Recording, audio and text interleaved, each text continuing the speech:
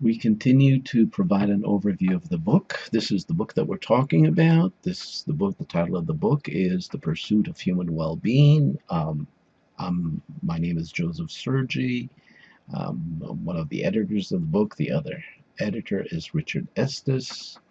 And this particular video, what we're going to do is um, give the viewers a sense of chapter 4 of the book, and the title of that book is Well-Being in India, a Historical and Anthropological Report. This particular chapter is written by Isabel Clark uh,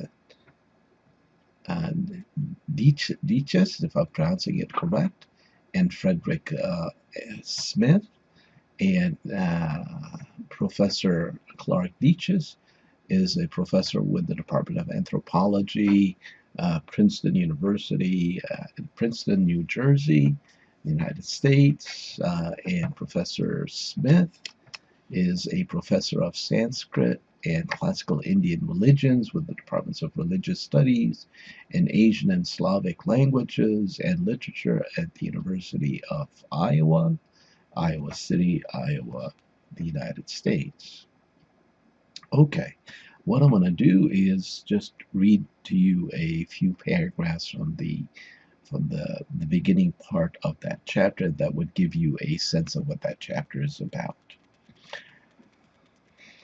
All people, including those in all parts of South Asia, have consistently sought health, prosperity, longevity, community, and a state of comfort with their natural surroundings. They have, in other words, consistently sought well-being. Nevertheless, both culture and nature generate inequalities that challenge their vision of well-being and force adaptations that may be no less agreeable. This is to say that the very concept of well-being, including standards of opportunity and prosperity, embedded within it as expressed in the areas of health, education, income, and subjective well-being, shift from culture to culture. India, including both its classical and modern periods, is a land of discrete and disparate cultures.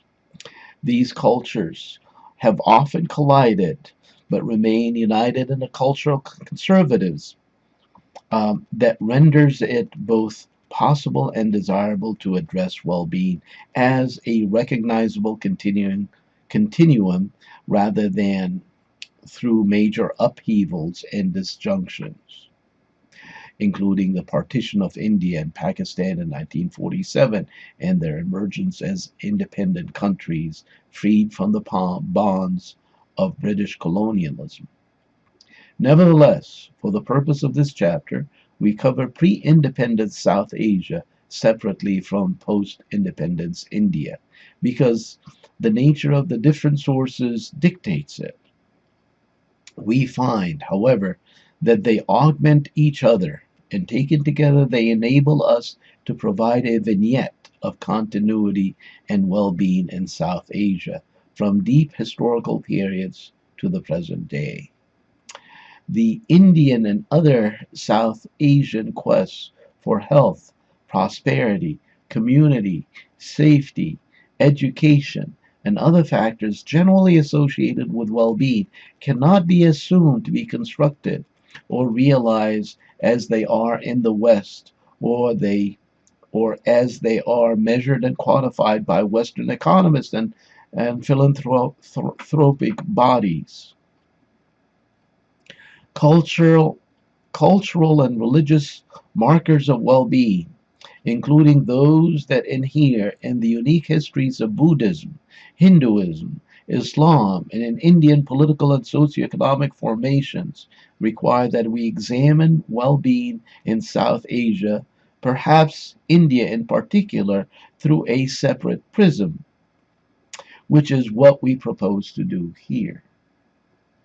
The main questions around which the following discussions are, and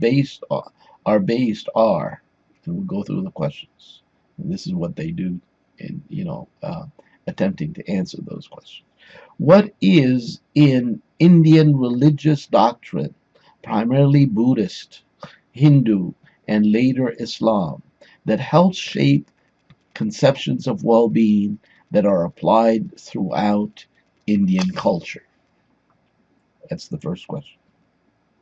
The second question is, can we identify literary and other sources that help us confirm that these conceptions are more than artifacts of literary production?